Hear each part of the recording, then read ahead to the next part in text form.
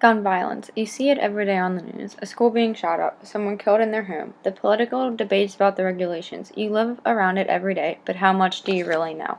Did you know that 32,163 deaths come from the use of firearms in 2011 alone, or that in the last 25 years there have been 61 mass murders in the United States by use of firearms? That the United States has the highest rate of gun ownership in the world? But that South Africa, Brazil, Honduras, and El Salvador have the highest rate of homicides by firearms in the world? That's right. This gun violence problem is not just in the United States, it's everywhere. What are we doing to stop this violence? Great question. In recent years, the United States has struggled on how to handle gun ownership, considering the right to bear arms is guaranteed in the Constitution, as withheld by the 2008 Supreme Court case of District of Columbia versus Heller. This right was reinforced as the right to bear arms was protected by the state and local jurisdiction levels in the 2010 Supreme Court case. Currently, the United States requires all gun owners to go through a background check as introduced in 1988 with the Brady Law. After these background checks, there is no record of gun sales kept, making it harder to track a gun. And of course, this is only done on legitimate commercial sales, not on online or gun shows. Some states, such as Connecticut, are moving to improve their gun ownership laws. The lawmakers of Connecticut have made the strongest and most comprehensive gun legislation in the nation, quote CNN. They've done this by banning certain weapons such as those with high-capacity magazines and have recently required background checks for all purchases.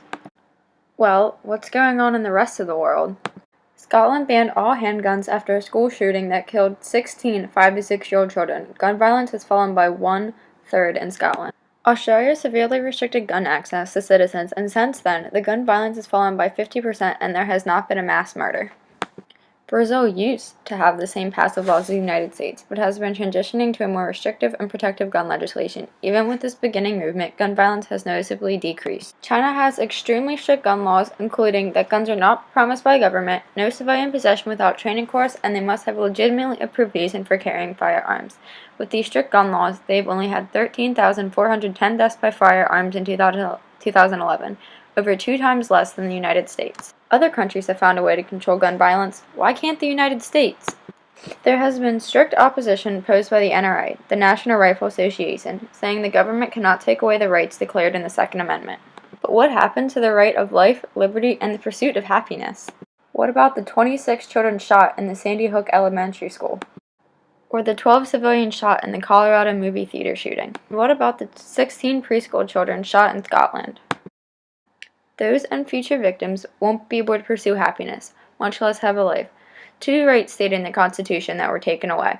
If the NRA wants to protect the rights of gun owners, who's going to protect the rights of innocent civilians in the United States that are the victims to the gun violence? It is up to you, the future voters, the future lawmakers. It's your turn to have a voice. What would you do if it was your school being shot at? Or if it was your best friend dying because someone with a mental disease was able to acquire a firearm? Think about it. It just takes one act of gun violence to change your life forever. 1 bullet to your best friend, 1 to your family member, brother or mother, and possibly even 1 to you. Remember, this isn't just in the United States, it's everywhere. Other countries have recognized the problem and handled it in a way that protects their citizens. It's time for all the laggers, including the United States, to step up and join them.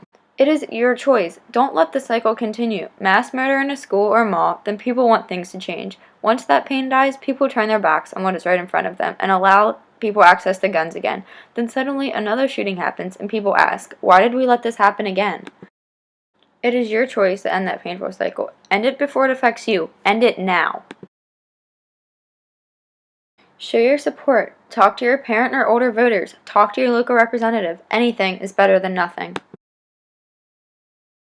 Start today to end the gun violence.